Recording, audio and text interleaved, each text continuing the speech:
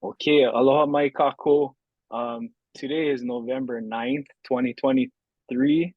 This is our second Koʻa Call of the month, and we're extremely excited to hear from Kuleana Coral. We have Alika and Kapono here from their organization to share about what they do, how they do it, and maybe especially how we can tie into their efforts, help them, or how they can help us. Ultimately malama aina malama ocean better. So they prepared a few slides, maybe 20 minutes or so, and then if there's questions, we'll have some kuka kuka, and then we'll be out. Um, but mahalo Alika and Kapono again for making time. I'm just gonna hand them to you and take it away. Mahalo.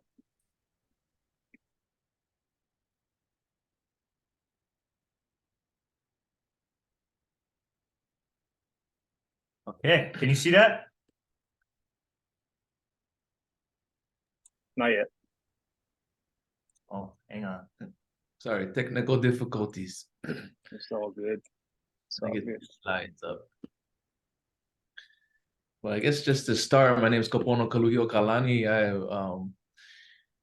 born and raised in Laie. I still live there now. So I got to see what abundance looked like as far as the ocean resources. And 43 years old now, and I got to also see the decline of that abundance and the health of the oceans. And being a surfer, diver, fisherman, and just a person who loves the ocean, my relationship with the ocean was always a take. So having the opportunity now, well, with Alika, we were able to give back. So that's why the organization is called Kuleana Coral Restoration. But Alika can introduce himself real quick. Go ahead. Yeah, hello everybody. Alika Garcia from Waipahu, Oahu. And yeah, I'm the executive director of Kuleana Coral. And yeah, we're going to talk story today about community-based coral restoration and what we've been working on. Okay, so pretty much how we got started was, like I said, all of us, so me, Danny, and Alika, we were all in this situation where we were in this take-only relationship with the ocean. So because we had seen collectively a decline in the ocean health, we decided that coral restoration was one way to give back. And something that started real small, just a team of 3 people, it grew into something more than we could have imagined, where we're partnering up with people who are restoring ahupua'as, and collectively we're getting together and we're trying to make a difference into not just the health of the oceans, but the health of the land and the health of our communities. So moving on. Oh, there we go. This is just a real quick numbers that we have as far as this is the first 2 years or so. So in our organization, we do mapping of the coral area. We do restoration, and then we also do education and outreach. So that's kind of the numbers that are displayed here. So can move on from that. So CBCRA, what is that exactly? In a nutshell, what that is we go into communities and we present them with what we can do. So we basically just say, hey, we restore coral. We've been doing it already. We see that you in your community and your organizations are restoring a watershed or whatever it is, restoring limu. This is a tool that can be beneficial for you and your community and your organization. So all we want to do is present to the community our mission and the tools that we have, and if it fits for you all, your community, then we would be glad to come and perform coral restoration in your areas. So for what we do, it's not a one size fits all. For example, pupukea, right? For them, we just do the coral mapping for them. We don't restore any coral there. Not yet. It could be something that they want later on, but as for right now, we just did 3D mapping for them. Pokaibe, we've been going in. We work with Dwayne De Soto. They came and asked us to do coral restoration. So we went, we mapped out an area. We continually go there and do projects with them collectively. So it's not just us going in there. We work with them, work with their community. Also Maunalua Bay, similar approach, but they have other entities that are involved. So they do everything, and we just show up and we do the diving and coral collection and planting for them. So like we said, it's not a one size fit all.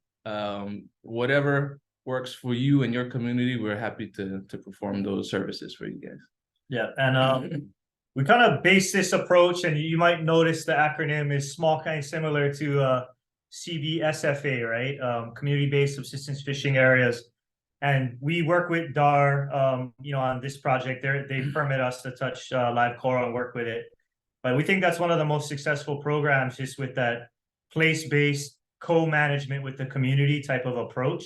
And we just kind of saw that as like a pretty good template, right, for how you can get communities to take, you know, like responsibility for their place, rather than, you know, we always be reliant on the government to come and help us. We can co-manage. And I just thought, from seeing that template, it seemed like a really successful one that we hope to adopt, and that other people think makes sense, where again the community has all the control, all the power for decision making, and we just come in as a partner if it even makes sense. Yeah, I mean, a real quick example is that you don't want me coming into your house and telling you how to renovate your house and how to make it better, right?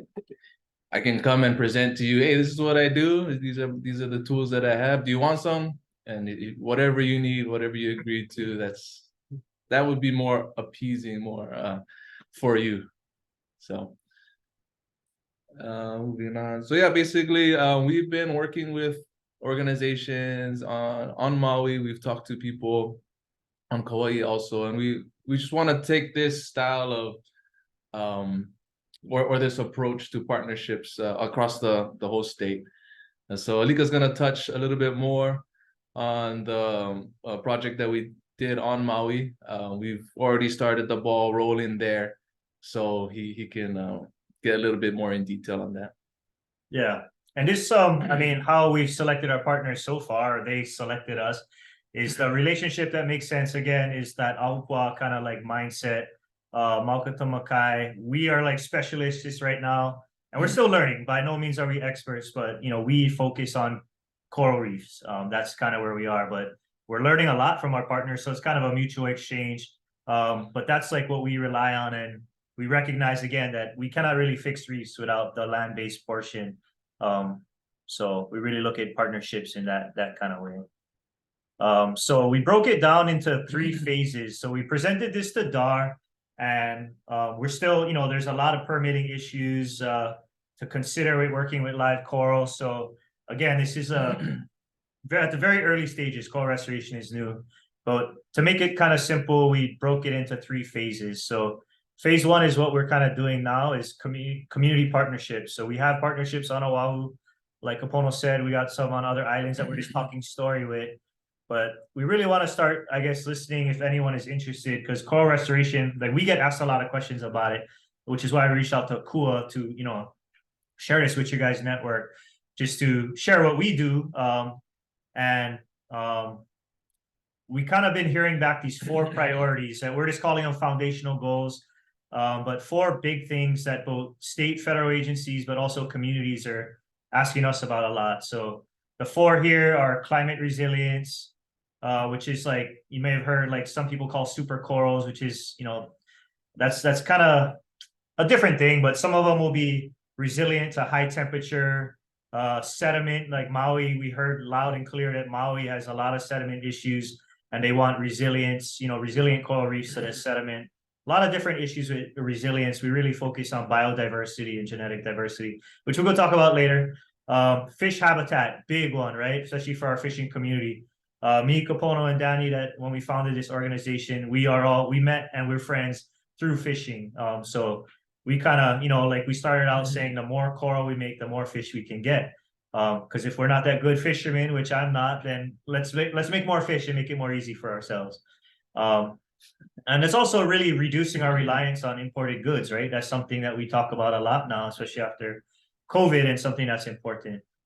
Coastal protection is a huge growing field with protecting our critical infrastructure like schools, power plants, roads. Like roads are falling into the ground, into the ocean, both in Maui and on Oahu. So that's a really big growing thing, is how do we build coral reefs to protect infrastructure, right, that we rely on. So it's not going to answer everything, but that's one thing we've been hearing a lot.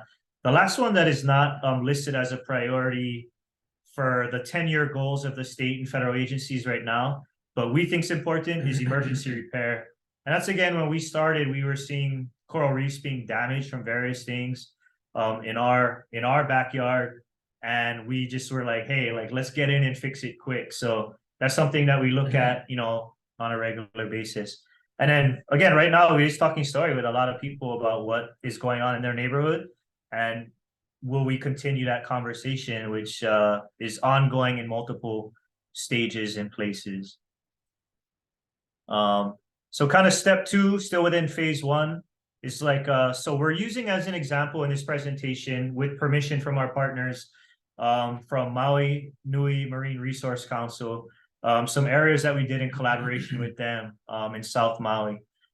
So this is a site here that we had done. It's called an orthomosaic, basically where we start looking at the sites that they know, they're the experts at their place, and what like makes sense of a possible thing. So we look at criteria for, like, is the water quality, like, can you even plant coral?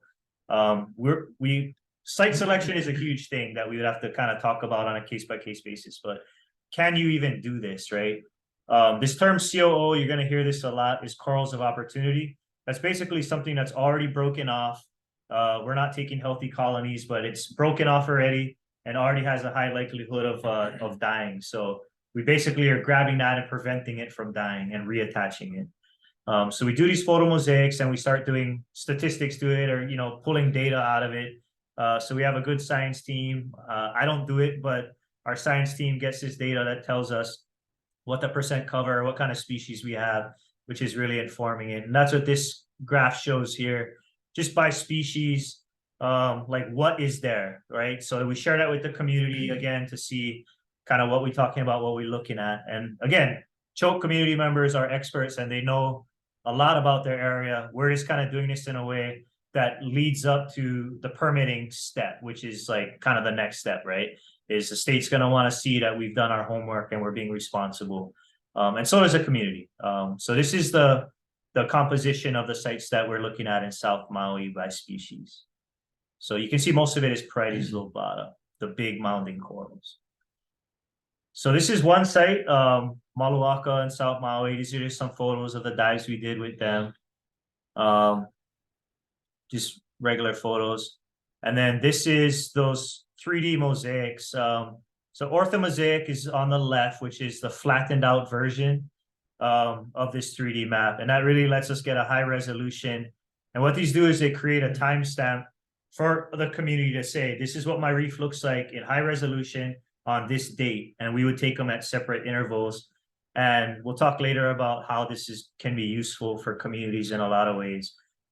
This 3D one is not as useful for data, at least for us right now, but it's a really cool tool to teach people. It's hard in this video, but you can actually, if you have it on your computer screen, kind of virtually swim through the reef. And again, it's something that we're just kind of working on as an outreach tool, the 3D part. And here's one of the other sites, just a picture of it, just again to give them an idea of what area we're talking about.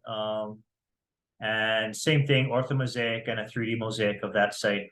We are doing a community, a more in-depth engagement in person with our partners in Maui in December, I believe December 6th. So we can send that out if anyone is interested. especially if you live there and you want to say hell yeah or hell no, whatever you say. We happy to listen to what you guys want, because if you don't want it, we ain't gonna do it.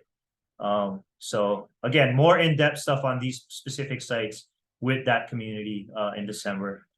So step 3 is like we share that information, right? And then it's kind of an exchange too, is if we decide to go forward with a partnership, it's it's the Mo'olelo exchange, which also makes us better. So Poka'ibe and Waianae, like with our partners Nakama Kai, Kingdom Pathways, doing really good work for water quality, education of kids, lots of stuff.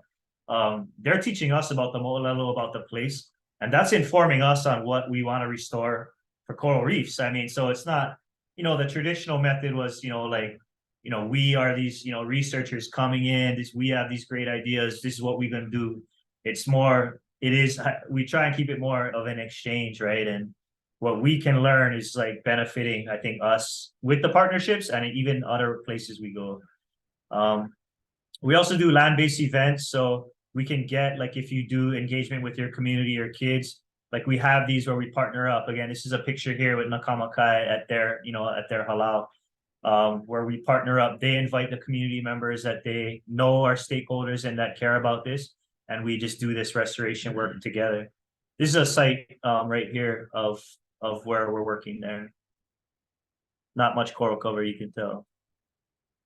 Okay, and then I think one I might have missed is permitting. Big deal, right?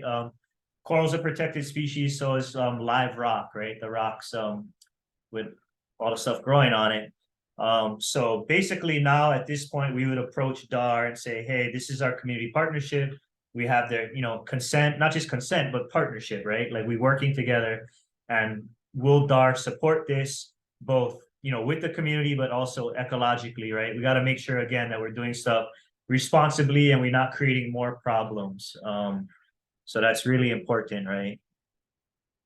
Phase 2 is the fun stuff, and it's hard, but it's the easiest and funnest part of it, where we're actually going down and doing the diving. So just real quick, we introduced that idea of the COO, corals of opportunity, and why we select that. They have a high likelihood of mortality, so we're just preventing them from dying. And then we created this in partnership with a lot of the people we work with. It's just kind of like triage health assessment scale, where what corals have the greatest chance of survival. So we try to shoot for 4s or 5s, which, have good tissue cover, no bleaching, no disease, invasive species and stuff like that. And then optimal size is this 20 to 30 centimeter range. But yeah, we'd go up to 60 centimeters. So big, healthy, like mature colonies. And then we cache them. So you guys might, like, some of you might have seen, like, some people have land-based nurseries. So the state of Hawaii at Nui Nui Fisheries, they have a really good land-based nursery. They do something called microfragmentation, which we'll talk about in a minute. We do a little bit of that, but we don't use any land-based nurseries. Our approach that we're hoping, again, this is very new. We don't have it all figured out. That's why we're working with partners at the beginning. Our belief is that by working in the ocean and letting nature kind of heal itself, and us working with nature, that we can do this at scale if needed.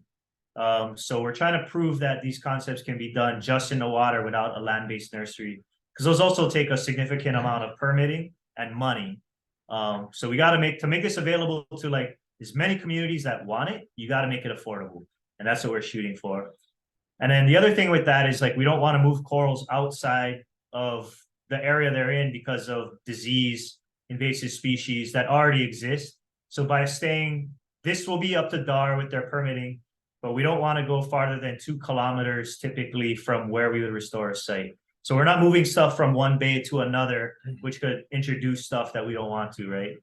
It minimizes stress, travel time. And then this picture on the bottom left is just our boat on how we set up like a flow-through system that keeps corals in the shade while we transport them, and with continuous fresh water. But most of the time, we're just diving on a site and grabbing coral right there. We're not even transporting it by boat, but that is an option. And then we kind of developing this, is still in the works, but a restoration toolkit. Again, we have these 4 priorities: emergency repair, if it's broken, fix it. coastal protection, how can we protect our communities and coastlines, fish habitat, and then this resilience factor, right? But the methods in the toolkit are kind of like can be molded for different options. So we talked about Anui fisheries and a microfragmentation method. So that's at the top, where basically you get a saw, you cut it into little pieces, and you put it on these concrete modules. The idea of that is you kind of stress them out, and you as you stress it out, like it makes them like grow a little faster. And then when they touch each other, all the microfragments, then you have a bigger colony faster.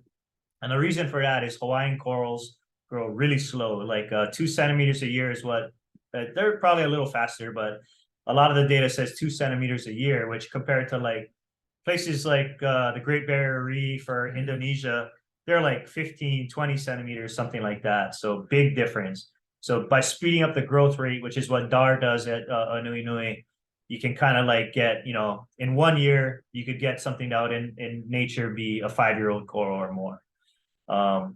So that's one method. We also just put them on these plugs, which is like a little just aragonite, like kind of like a cement type of plug that we put on a rack that you can see right here. And you can kind of use that to put it on modules like we have here. This is what we call a fish habitat module. So there's plenty pukas all around it. So you can grow the live coral, and as the coral covers it, you still have holes. We found a slipper lobster in one of them that we have here in Waianae, but that's not to say you put these all over, you're gonna have a slipper lobster farm. We just got lucky that one time. But the point is it makes pukas, right? You're not gonna get uluas swimming through these things. They're small, they're about this big. But the idea is pilot scale. We're starting small and we're just trying to see what is even possible. Because the old style artificial reef, like Z blocks, if you guys have dove on that, is you just cement blocks piling. Now we want to start thinking about a living artificial structure, right? Like, how do we make something that is alive, that's going to build our habitat from the small, invertebrates and creatures all the way to the really big stuff that we want to eat, right? That we want on our dinner plate. And then the other one is a direct outplant. Directly outplanting the plugs.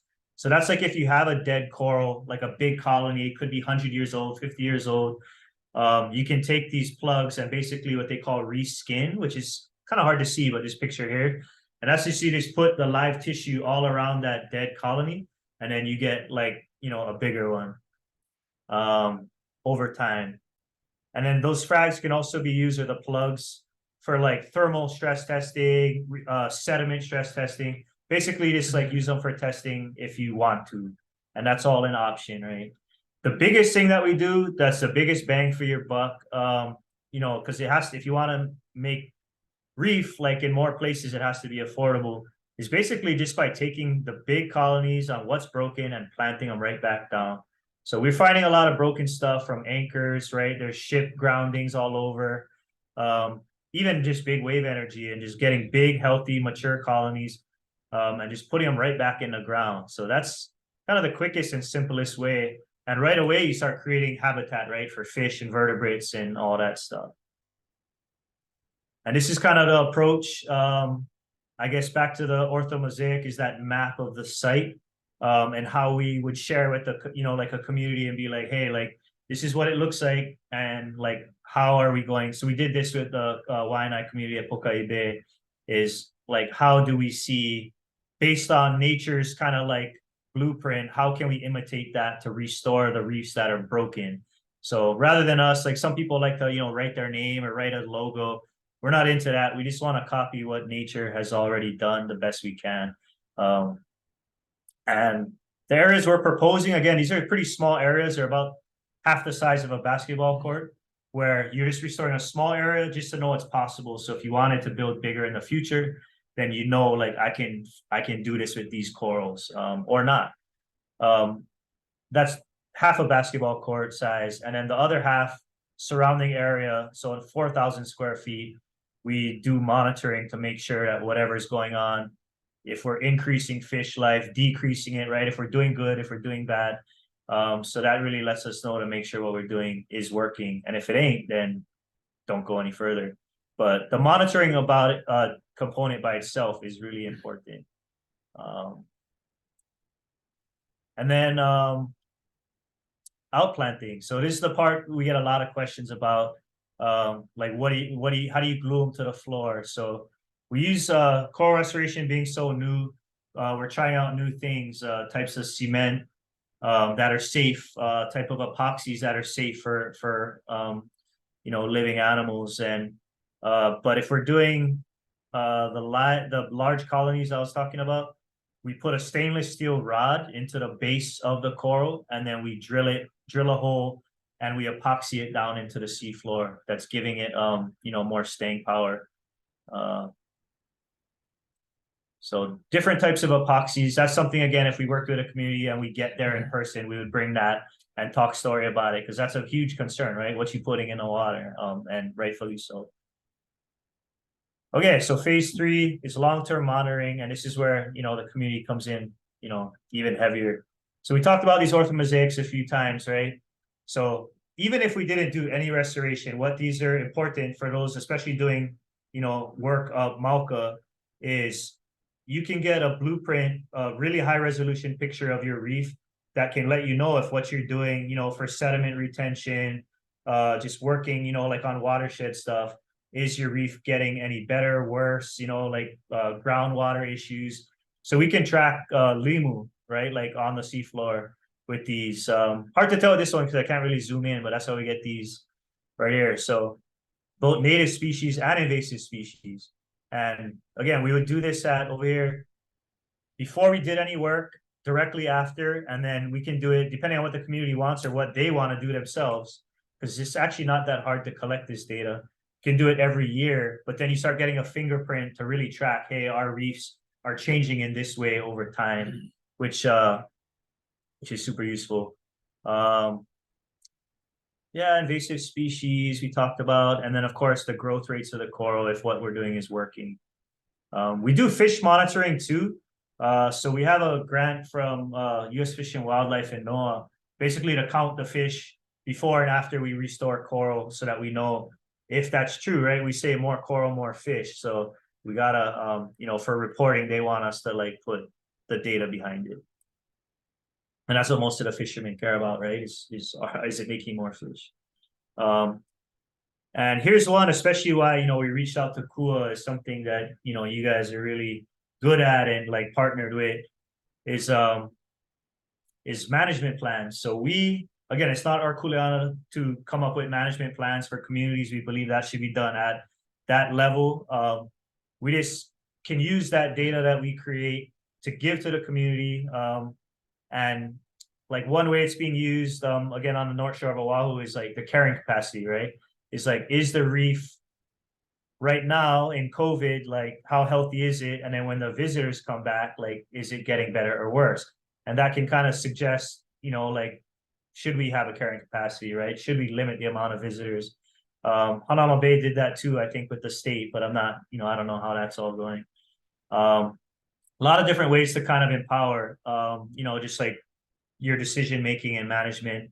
But we don't get into management. Again, we leave that to community members. We just, hopefully we can get this data together and you can use it in some way like that, right? If there's a development project happening, one other way that we've seen is you create a value, right? Like, I know we don't like to put, coral reef into money value, right? But if a developer wants to do something, right, you can say, like, our reefs, according to this, like this thing you guys set up, is worth $5 million. So that's even more so reason why we should protect it. So a lot of different ways to use the data. And then one thing we did this year, so it's not just like, again, I think the old style, right? It's like researchers kind of coming in, grant money disappears, and then you pull out, right? The intention and why we really like CBSFA is like, it's the people that live there that are really invested, that care the most, right? So we started this coast program to train people to do this stuff on scuba diving, which we know a lot of people don't have access to, that are grounded. This one was primarily for West Oahu residents, to do the monitoring, but also to do the restoration, to fix what's broken. And that's something that we think, will be powerful over time, is having, our people in the communities that continue doing this stuff. Okay, coming to the end. So why are we talking about this now? Why is it important? there's these big projects being proposed right now all over the state, all over the world. We talked about emergency restoration, like so we had in Honolulu the ship grounding, right? So we took this orthomosaic of the damage site. You can see this big scar. What if we had our community all over and we can come in and support each other to fix stuff like that, right? I think that's really important. But these other big projects that are happening that are planned are like they're building big artificial reefs, right? Or they're proposing to. So this one on the top right is Waikiki. They're proposing to build it for the purpose of fish habitat. So if this works out, you know, because I think it's a good idea and good intentions. If it works out well, how do we bring this to other communities across the state that maybe don't have that type of budget, right? Like, so there are ways I think we can do it. But by doing this small scale project, we can we'll have information to say, hey, like we want this or we don't want this, right? That's just as important. We don't want it, right? This bottom one right here, Refence, that's a Department of Defense project that they're doing basically to build coral reefs to protect military installations around the world pretty much. But again, like they're developing these things and it's important that we kind of know if there are applications that can be used for our communities, not just for DoD, right? We're going to learn a lot from whatever they do and like, you know, how they do it. But what we take away from it is we can apply that to our communities if they want it, right? Like to protect our roads, schools, whatever, our infrastructure. So by doing this, we kind of give that capability, but this stuff is all happening really big. And we just want to make sure, you know, that communities aren't left out or they're not getting something shoved down their throat that, you know, like, and that's it. I mean, that was a long one, but that's it in a nutshell. There's a lot more details to what we do, but if anyone has questions, this is my contact. Just reach out and let me know. We'll be in Maui December 6th. We'll send that out with Kua and we can talk story in person. Man, mahalo, boys. Kaluhiokalani. I guess to start, and Hano, if you have questions, Bombay, just jump in. We can talk story for the next 10, 15 minutes-ish if Garu. And I'm glad you shared that last picture, the scalability, because it puts in perspective where you are at in the programming now, which kind of like is my question, like who determines where you guys are replanting? Is it DAR? Is it you guys? Is it the community?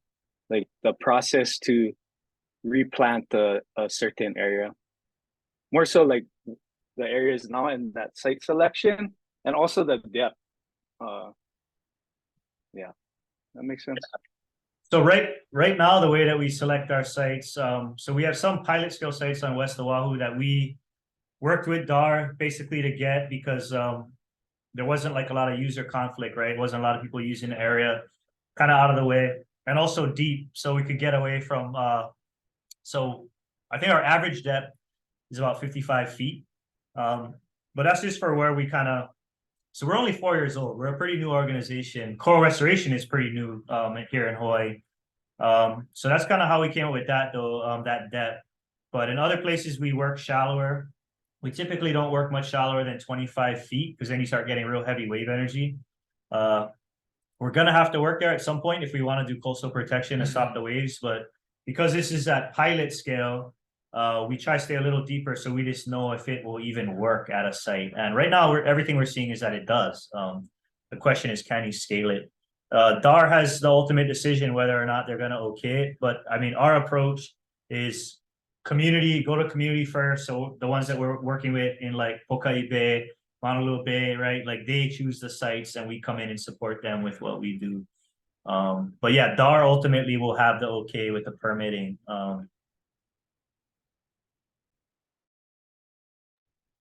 Cool. And maybe like recovery rate, like most of the stuff is still there the next year or all of it or yeah, it depends where. I mean, we get so we work West Oahu and you know, I think our second year that we had it, we had one of the Eddie Aikau swells, right? So we took a pretty big hit with that, but so did the natural reef, right? Like the existing healthy reef got beat up. which is I think why we try to get in there quick and restore stuff before it dies. But like I think our average survival rate on West Oahu is like a little over 50%, which is really bad. But so we're hoping to get that up. But again, if you look at like the percentage of the natural reef that's getting smashed, like that's also somewhere at 15% in some of these sites. And then yeah, and then we're improving. But now you go somewhere like South Shore. So we work outside of the airport in Honolulu. So we're doing a site there, and that one is somewhere more like 85%. So it just kind of depends a lot on where you work and what you're trying to accomplish. But it's so new that we just don't know enough, which is why what we're proposing to do in more sites is go small, right? Like let's not go big and then like, oh crap, that never worked. Like go small and then let's see it on different types of areas, which everyone get different type of water. What'll work and what won't. There's so many variables, yeah. Even like the species, maybe it's different species or for the depth or that's cool. Trippy, yeah. So we're kind of limited by our permitting too. So I don't know if you've seen initially one of the mosaics that we showed. Everything's kind of spread out. That was per permit. That's kind of why it's made that way, or why we planted the corals that way. We're proposing to clump it in a little bit closer, which is more natural, and hoping that will protect the corals in a way that will get more survivability. I mean, it's guaranteed more than if not, right? Like if you didn't do it, that's 50% more than without you guys. So that is it's impactful. Mean. Hano, you get any mana'o or question? Aloha, you guys. Thank you for the presentation. While I looking and listening to this, I'm getting kind of excited because about 3 years ago, I inherited the nonprofit Kuleana Coral, the original nonprofit that started restoring Hawaiian fish ponds on Molokai. One of the first, if not the first, fish pond effort. And so inheriting this nonprofit, I moved back home to Kumimi on the east side of Molokai and moved home to Ohalahala Fish Pond. Ohalahala Fish Pond is in Kumimi, and Kumimi is right where Molokai's fringing reef starts from east to west. So it's really close right to the reef.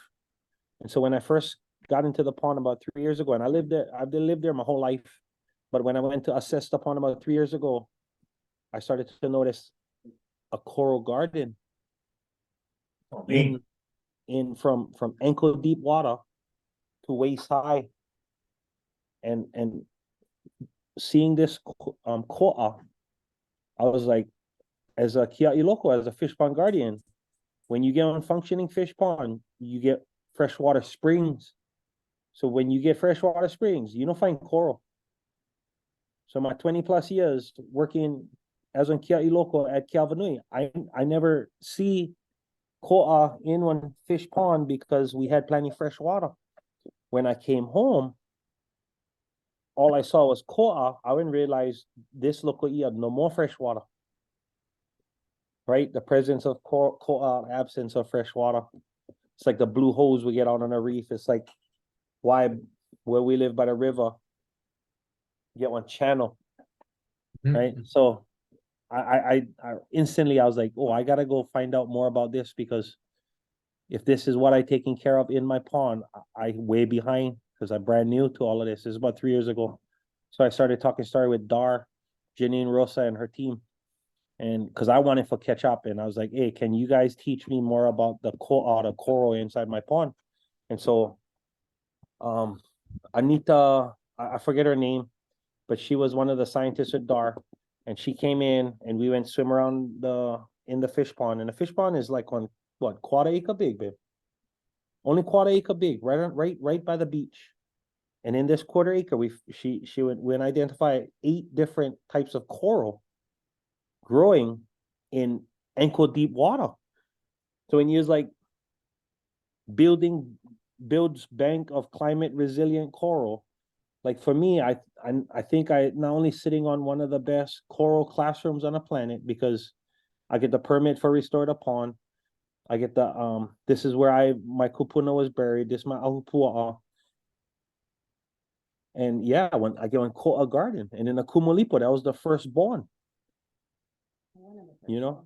Yeah. And so for me, it's this opportunity to leave behind a lot of the old fish pond knowledge and start to design one fish pond just around the coral. And in my mind, I think in Molokai High School, the Molokai kids, and even the online school we get, like I really like turn my fish pond into one of the best coral classrooms on the planet. And so listening to you guys say this and deliver this presentation, it's like I would love if you guys could come and check out the fish pond. We get money, so I try and interpret from what my wife's trying to tell me for tell you.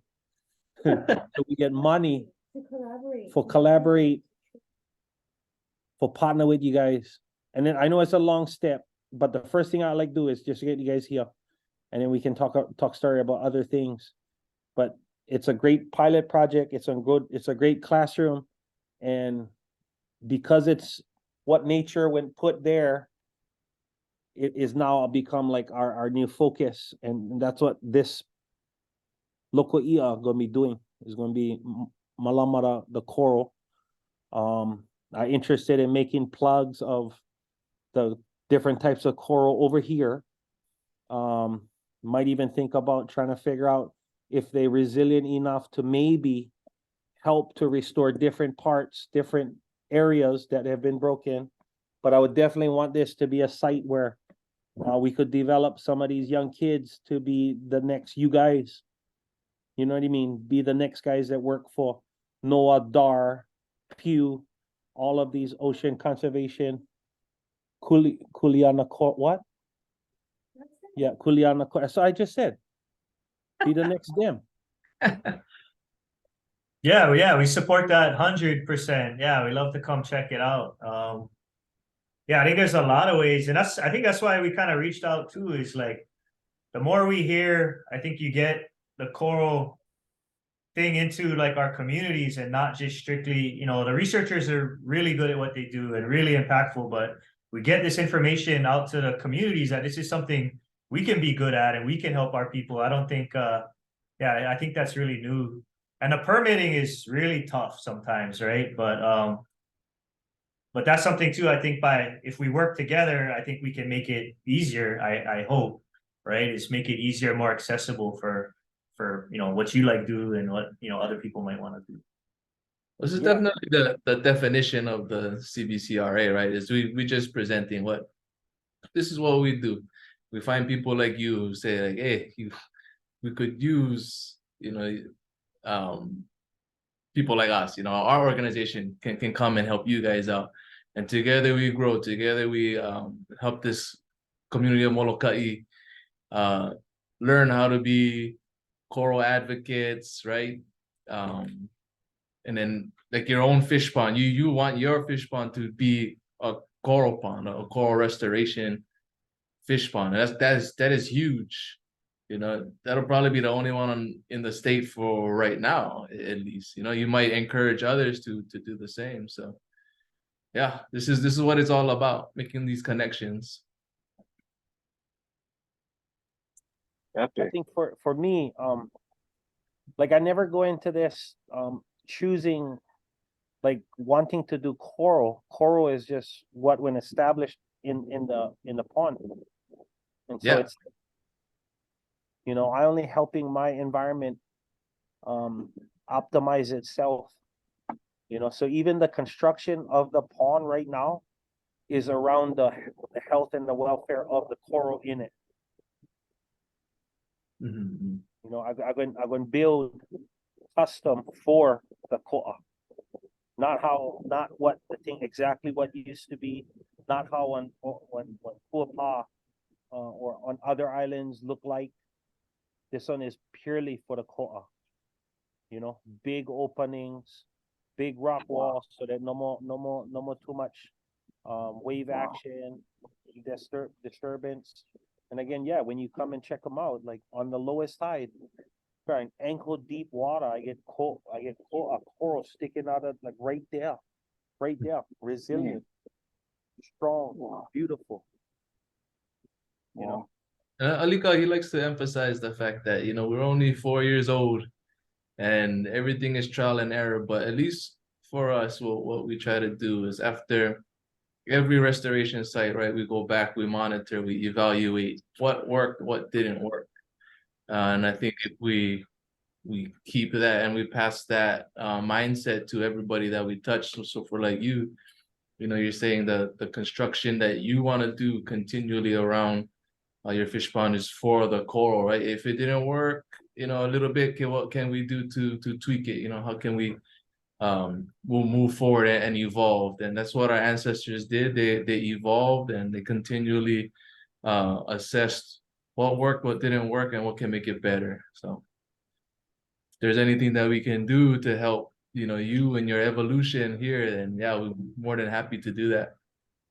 yeah, but I think just a kind like first come visit because again, I don't know too much about coral, but I started to know a lot about my pond's environment and the environment in the pond and and that's where I'd like to start with you guys, cruise with you guys, show you guys the area, and then kind of like brainstorm and dream big. Yeah, Yeah.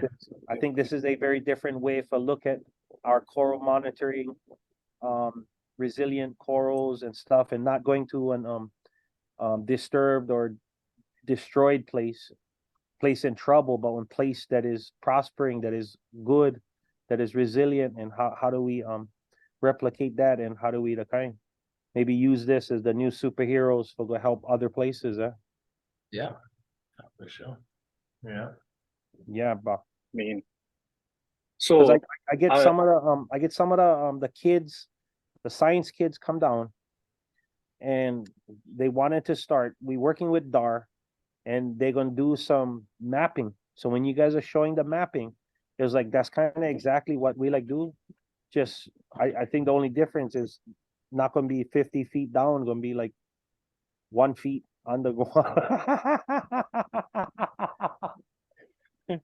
So you So, guys have somebody already that's gonna do that for you guys? So we working with the Department of Aquatic Resources because that was the guys that was the easiest for get in touch with. And then they sent some of their outreach people here. And so I made an offer. They help build rock wall. Then I can let them help monitor and study coral and help and teach, you know. So every kid that come in, it's like they gotta first learn how to work hard, be on Kia'i Loko, but as they progress, they get to a point where they can become a marine biologist. You know what I mean? Yeah. And so I like create a pipeline of, you know, new marine biologists or these kids that are natural in the water and just kind of like aspiring to be the new you guys, you know, to find jobs that, you know, have to service people, but we can service Aina. action. Yeah. Me. So yeah, bro, that's my hope, right? Just forget you guys here.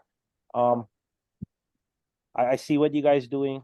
And yeah, I would love to show you guys this space and show you a space where we can kind of dream a little bit different now. Yeah, we'll come check them out. Yeah, dude. Yeah. I sent an email to us so we can coordinate on there. I really do hope to like let's make this happen.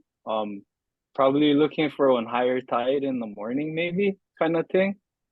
I don't know how soon or what is reasonable, you know, maybe by the end of February we Yeah, get sounds out good there. to me. Yeah.